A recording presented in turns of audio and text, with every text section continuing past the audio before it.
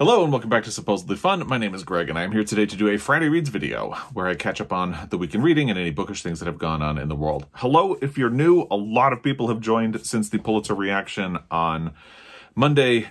Very nice to see you. And basically the way I do things is on a Friday, I will sit down and I will recap what I read this week and anything maybe that went on in the bookish world and maybe something that didn't go on in the bookish world but was interesting. It's kind of how I do it. And then I post it on a Saturday. So usually it comes to you on a Saturday, but I do film it on a Friday, which is why in my weird brain, it's still a Friday Reads. Anyway, I finished one book this week. I'm very close to being done with another one, and I've already jumped into another. So we'll talk about that a little bit later on when we get into the actual Friday Reads portion of the video. First, let's talk about the week. And of course, the big thing that happened in the bookish world this week is the announcement of the Pulitzer Prize for Fiction on Monday, which, surprise, went to two books, Demon Copperhead by Barbara Kingsolver and Trust by Hernan Diaz. I did a full deep dive, which I posted yesterday, if you're watching this the day it posts, but today as I'm filming this. And I didn't expect to do a deep dive this close. Usually I allow myself a little bit more time before diving into something about one of the recent winners. But in this case, I had read both of the books that won, and I felt like the conversation that I would want to have in a deep dive felt urgent to have kind of right away. And that question is, how did this happen? So I'll link that down below if you haven't seen it already. But yeah, it's been a very Pulitzer-heavy week. You can see, actually, I got a copy of Trust. When the announcement was made, I only had a copy of Demon Copperhead. I had noticed on Independent Bookstore Day that Montana Book Company, my beloved, had a hardcover copy of Trust, and then in the beginning of May, the paperback came out. So immediately after I filmed my reaction, I called them to ask if they still had the hardcover. In the video, I was debating if I wanted the hardcover or the paperback, and I remembered afterwards that Lisa Edwards very kindly had contacted Montana Book Company to get me a gift card. She's a commenter. It was lovely. It was a really just a lovely surprise, and I only mentioned it to say, thank you, Lisa. That helped me get a hardcover copy of Trust. So thank you. This is because of you. Basically, because the paperback had just come out, they were actually going to return the hardcover. So they kindly went into the back and dug it off of the shelves there to send it to me. And here it is. It is on my Pulitzer bookshelf. I'll put a photo of the updated Pulitzer shelves here since you can't see them. They're over there. But I'm very happy to have it filled out. On the topic of the Pulitzer, before we move away, I did want to also mention that Ben Reads Good did a Pulitzer reaction as well. It's great. I love hearing other people talk about the Pulitzer Prize for Fiction. I'll link it down below. In his video, he mentioned something that I thought about including in my deep dive and didn't because I just don't think it's a thing. But basically, the broad scope of it is that because Hernan Diaz actually works at Columbia University, and Columbia University oversees the Pulitzer Prize, all of the Pulitzer Prizes. I was going to say the Pulitzer Prize for Fiction, but it's all of them. They oversee all of them. People are saying online that maybe he had an unfair advantage over other people. I don't think that's a thing. I think he doesn't work for the journalism school. He works in a different area. And I don't see that as, it's not a one-to-one thing. Like, he doesn't work at Columbia University and therefore have an in with the people who are deciding the Pulitzer Prize that year. So I don't think that happened. In general, I think literary people tend to know each other. Like, even if he didn't work at Columbia University, the Pulitzer jury is a bunch of big names in the literary world. To recap, we had Britt Bennett, Colson Whitehead, Hector Tobar, and Phil Clay. Odds are pretty good that Hernan Diaz has met at least one of those people. Odds are pretty good that Barbara Kingsolver has met at least one of those people. That doesn't mean they had conversations about their decision for the Pulitzer Prize or even that they were on the jury at all. But, you know, it's a community of writers. They meet each other. They go out and do events. You know, both Hernan Diaz published his last book in 2017. Barbara Kingsolver has published a book in recent years. You know, it's possible that they even know each other. Just saying. So, you know, I don't think there's anything to that sort of conspiracy theory. Again, I don't truck with conspiracy theories in general. And most of the time, it's because there just doesn't seem to be any credibility. And in this case, I agree with Ben Reads Good. I don't think there's really anything to it, which is why I didn't talk about it there. But I thought I'd mention it here in this Friday Reads video. The other thing to quickly mention is that Ron Charles, who is a book critic for the Washington Post Book World, I love him. If you don't follow his reviews, he used to do videos about them, and they were really funny. He mentioned that this is a good scenario because these were actually his 2 favorite reads of 2022, so he was pleased. But he mentions that this is also a really good outcome for bookstores because these are books that are really going to sell. It has been documented that the Pulitzer Prize really moves the needle for fiction books in the United States. It is like a proven way of boosting sales for a bookstore. And these could, in particular, really do that because they're already popular books that people will have heard of. So this is probably just going to encourage them to make the leap and buy a copy of the book. And on top of that, because they are already popular, known, celebrated books, bookstores are likely to already have them in stock. Trust just came out in paperback, so odds are really good that a lot of bookstores across the country had copies of it in the store ready to sell when the announcement was made. Demon Copperhead was number 7 on the bestseller list last year, even though it came out in October. So last week, not last year. I'm still frazzled by everything that has gone on. So odds are still pretty good that bookstores had copies of this, or that, you know, there are enough copies of these in print that they were able to get them quickly. Last year, it was a bit of a mess. A lot of people who commented on my reaction video from last year managed to find like the one copy that their local store had of the Netanyahus, and many people, myself included, just didn't have access to it. So I ordered a copy from my beloved Montana Book Company immediately, like that day, but it immediately was back ordered, and I didn't actually get it until I think June, or I can't remember when they made the announcement last year, but it took like 2 months for me to actually get a copy of the Netanyahus, and that is not going to be the case with these, which is kind of nice. Then, before we move into other things, on the topic of the Pulitzer Prize, I updated my personal progress sheet. So when I made my Pulitzer Prize shelves in my library, I wanted an easy reference, like a list of the Pulitzer Prize winners. And first of all, it lives like next to my shelf because it's a handy reference, like especially if I take things off the shelf and I need to know. I have them organized by the year in which they won. So it's handy to have a reference that puts them in chronological order so I don't have to remember it myself. But it also allows me to keep track of my progress on the project, which you can see here. These are the first years from 1917 through 1990. So basically, pink is a year where there was no winner.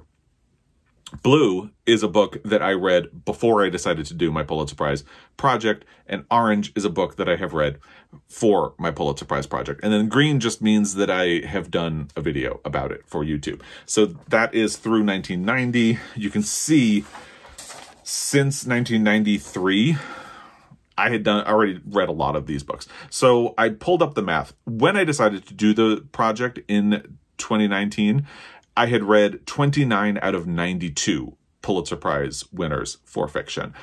Most of them were in this realm right here because this is around the time that I was in high school and a young adult and was reading a lot of books. I was working in a bookstore. So I read a lot of them kind of organically.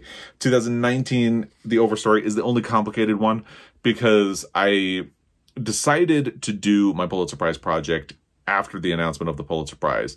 And before I actually read The Overstory, but I colored it in blue because I had already decided to read it, and I had already decided to put myself on a hold list. I think I was even on a hold list before the announcement of the Pulitzer Prize that year. So although I didn't read it until after I decided to do the project, I still colored it in blue because I didn't decide to read it because of the project. And to me, the spirit is kind of there. But yeah, the only time in recent years that I have not read a book was The Orphan Master's Son by Adam Johnson, and the only book in the recent years that I had to read after the fact was The Netanyahus from last year, and that did not go well. Did not go well. Anyway, I thought it would just be fun to show off a little bit of progress. So in the years since I decided to do the project, there were 5 more winners announced. So now there are 97 winners, including the 2 that happened this year, and I've read 40 of them. Now, I've kind of periodically thought about whether or not I can do a video about some of the books that I have already read. I've certainly read To Kill a Mockingbird a lot. But I also think this is just a good excuse to reread To Kill a Mockingbird, and I feel like I need to reread any of them to properly do a deep dive on them. So that's kind of my thinking right now. So just because I've read it in the past doesn't mean that I can immediately do a deep dive on it. The other thing I want to mention before we get to the Friday Reads portion of the video is that I am aware of it's something that Kim from Middle of the Book March and Marilyn Maya Mendoza are doing, which is Mental Health May. I'll link a video that Kim from Middle of the Book March did announcing her, I think, a reading list for it down below. I just think this is a really great idea. Unfortunately, because I have so much going on right now, I am not really going to participate, but I wanted to bring it up because I do think it's important to have discussions about mental health, and I think it's a really great idea. So check out Kim's video, and I'll tag Maya and Kim both in the description box down below. Check them out for more information. You know, I've made no secret of it.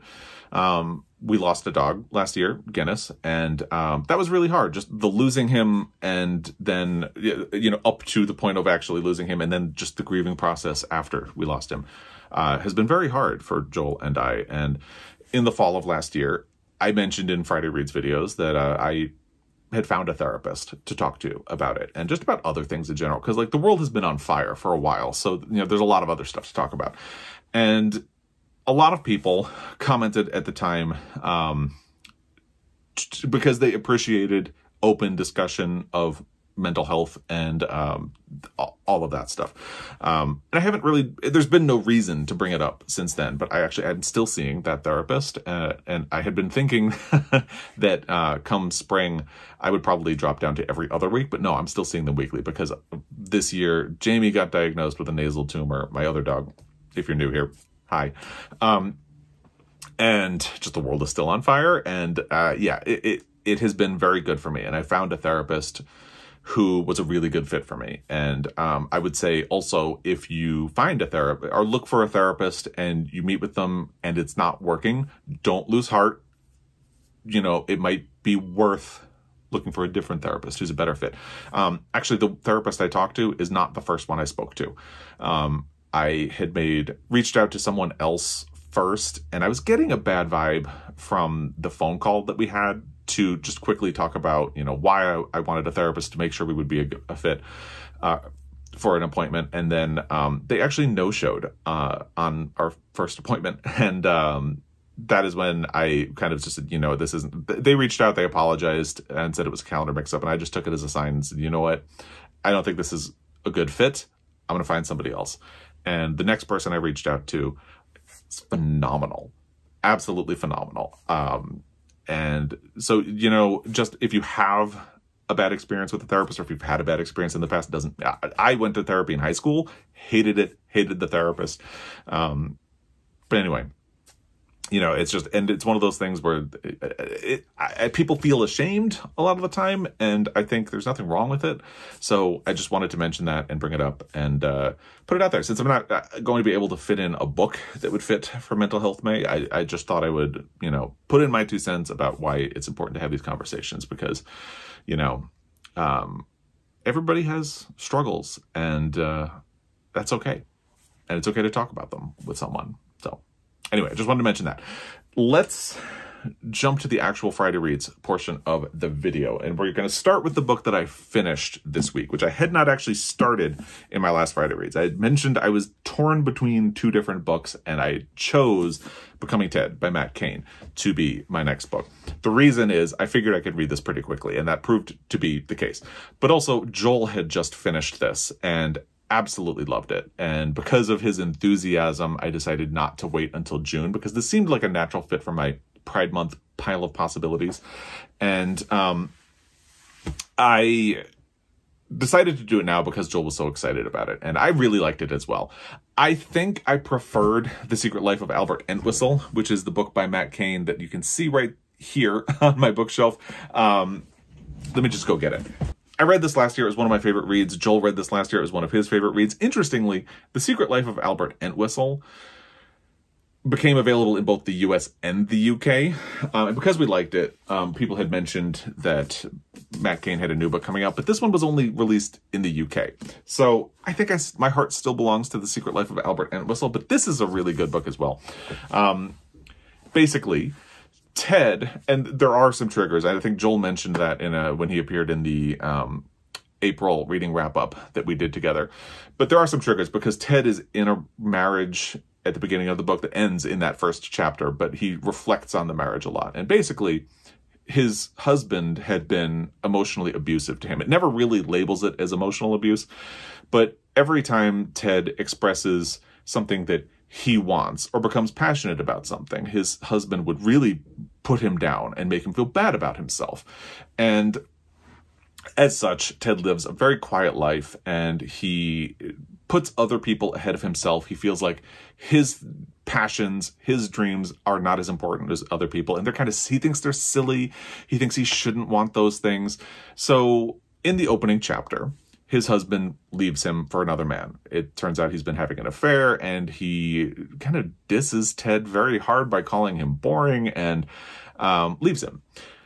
In the aftermath, of course, Ted wants his husband to come back, but he starts to reflect on their relationship and realizes that it hadn't been as ideal as he had thought.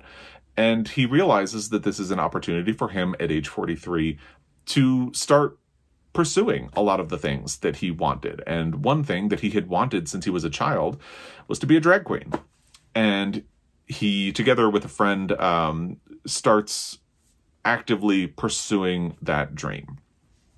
And he's also dealing with his family because his family owns an ice cream store in a little seaside town in England that is like a tourist town. It's a really well-known and popular ice cream place in the town. And he basically got kind of forced into the family business. But he's not passionate about it. He doesn't even like ice cream. So you can see the theme of his life. So this is about self-actualizing. And actually, this is good for mental health, May. It's about empowering yourself. It's about self-actualization and pursuing your dreams. And it's a very empathetic novel, which I do appreciate. I almost think it's empathetic towards some people toward the end who don't really deserve that level of empathy and understanding. But I really appreciate that the book does that. Yeah, I liked it. It was a great experience. I'm glad I read it, and I liked it a lot. I'll talk a lot more about it when Joel is back for our May reading wrap-up, because I think we both finished it this month. It's a really great book, and there are a little bit of triggers, again, if there's no physical abuse, but emotional abuse does come in. I don't think it's handled in a way that would be triggering, but if that is a trigger for you, it could definitely be upsetting. And just, again, the idea of sort of the one thing that I'm always interested in is the sort of internalized homophobia that you can have, and the sort of internalized self-loathing that you can have if you are gay. And if you are someone who is part of the LGBTQ plus community, but also, like, say, is a cisgender male, but has qualities that are seen as more feminine, you might feel like you need to hide those. That is definitely something that I grew up with. And yeah, it's unfortunately common. And this book kind of reckons with those and talks about someone who has dealt with that and is learning to get past it as he goes. And it's a beautiful book. I really enjoyed it. Again, it's only available in the UK. We had ordered a copy from Queer Lit, which is a gay bookstore in Manchester in the UK. And I will say, it does have a really nice quality paper, and the print is large. So if you were worried about the audio not being available in the United States, or an ebook not being available in the United States, maybe that helps. So just putting it out there, you can easily get a copy. We went with a gay independent bookstore because we just wanted to support that. And we definitely wanted another book by Matt Cain because, again, we absolutely loved The Secret Life of Albert Entwistle, which is available in the United States, and which does have an audiobook available here if you would like to pursue that route. The book that I am almost done with is Whose Names Are Unknown by Sanora Babb. This is sort of an addendum to the Pulitzer Prize project read I am doing of The Grapes of Wrath by John Steinbeck. I finished that book, and I am working on my Pulitzer Prize deep dive for it. And then I wanted to read this. If you follow along, you've heard this story, but if you're new, again, hi. Basically, someone commented on one of my videos where I mentioned that I was about to read The Grapes of Wrath and told me about Sanora Babb. Sanora Babb is originally from Oklahoma. She was born in, I think, 1907. And she ended up in California, as many people did after the Dust Bowl, and had lived a very hard life with a lot of poverty up to that point. And she got a job working in the, I think they're called FSA camps. Yes, Farm Security Administration, or FSA camps of California. So she was basically a social worker, and she spent time meeting with people who had come to California and talking about the hardships that they faced and the difficulties that they had left behind from wherever they came from. A lot of people came from the Plains states, including Oklahoma, and she started taking notes, one, because of her job, but also because she wanted to use them to form a novel. She didn't know this, but her supervisor took her notes and gave them to John Steinbeck. And I'm going to have to research this a lot more before I do my deep dive, but I don't think it's really known how much John Steinbeck used the notes, if at all. However, I will say there are incredible parallels between the two books. They include, they're very different. They are very different in form and structure and on the things that they focus on.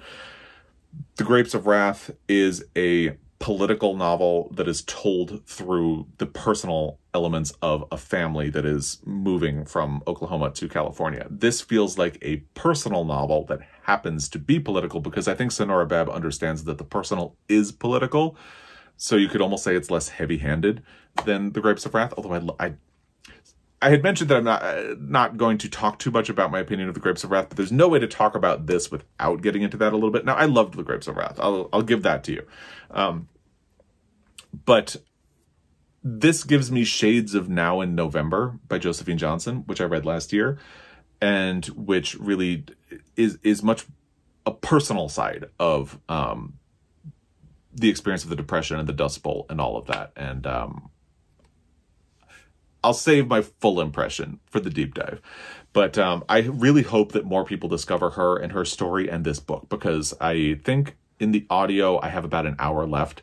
It's a 9-hour audio, I think, and I have an hour left. I really wanted to be done for this video, but it just wasn't going to happen. So I should be done with it really soon. And I hope that more people discover this and her story. And I'm going to be doing a lot more research into what happened. And that will probably, I don't know if that's going to be the focus of my deep dive at this point, but it might change a lot. But I'm really enjoying this book. It would have to fall on its face in the end for me to not enjoy it. It's a really good book, and I really hope that more people do discover it. Since I found out about this book, I have seen it everywhere. I'm actually listening to the audio, even though I got a copy of the book, because it's on Scribd where I live. As I know, your access to titles on Scribd might be different than mine. I don't quite understand how that works, but for me, it is available on Scribd. And since I discovered it, I have seen it everywhere. I got a copy from my beloved Montana Book Company, and then I have since seen it show up in my local used bookstore. There's a copy of it for sale in my library where they have used books that are for sale. I've just suddenly run into it everywhere, and I think I just probably had seen it again and again and again and just not paid any attention to it because I didn't know it or the story behind it or what it was. So hopefully I can do my part to tell you about Whose Names Are Unknown, and that this is something that would very much be worth your time to discover, because I think it is a beautiful, aching, sad, but essential book. And it'll be interesting to talk about it more in the context of The Grapes of Wrath. The book that I had been debating whether or not I would pick it up before becoming TED was The Love Songs of W.E.B. Du Bois by Honorée Fannone Jeffers. If you're new here, hi.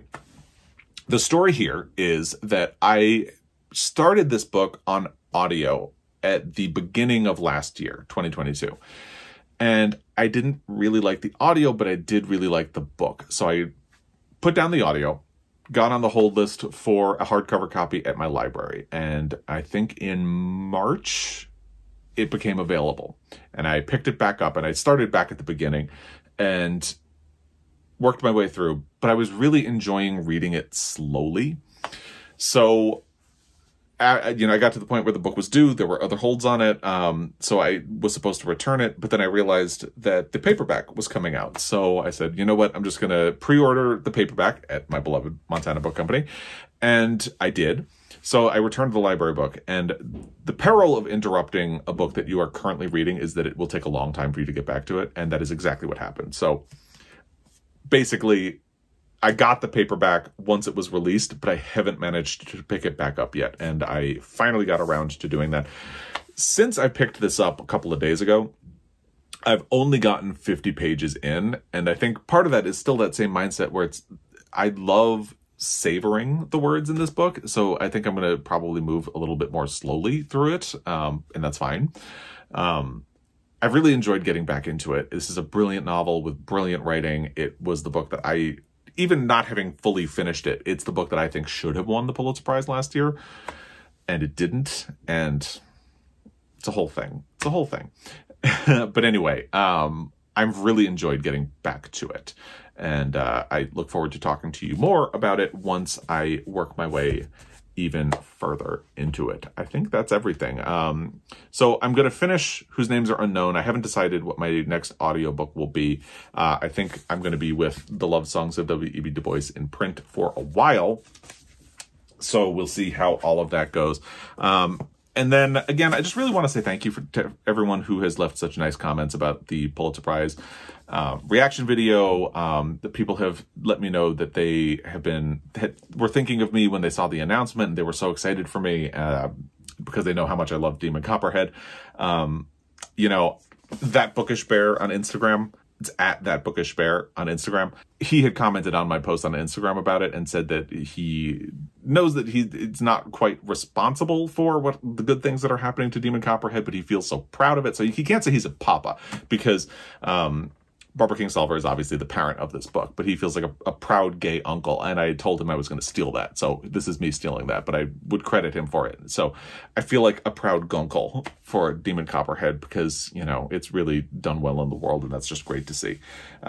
And I really appreciate all of the nice comments that people have left about my Pulitzer reaction, about the deep dive that I posted this morning as I'm filming this, and just in general. It's been a little overwhelming because, like I said, a lot of new people have joined over the last week. Again, hi. But they've also been going back and watching older videos of mine and leaving a lot of comments. So it's been a lot. And I have managed for the most part to keep up with comments. I'm actually kind of impressed with myself, if I'm honest. Let me give myself some credit that I have managed to keep up with them so well, but there have been a lot. So if I haven't responded to you in the last week or so, I apologize. There have just been a lot, and I'm doing the best I can. So as always, I really appreciate your time, and I will be back. Until next time, happy reading.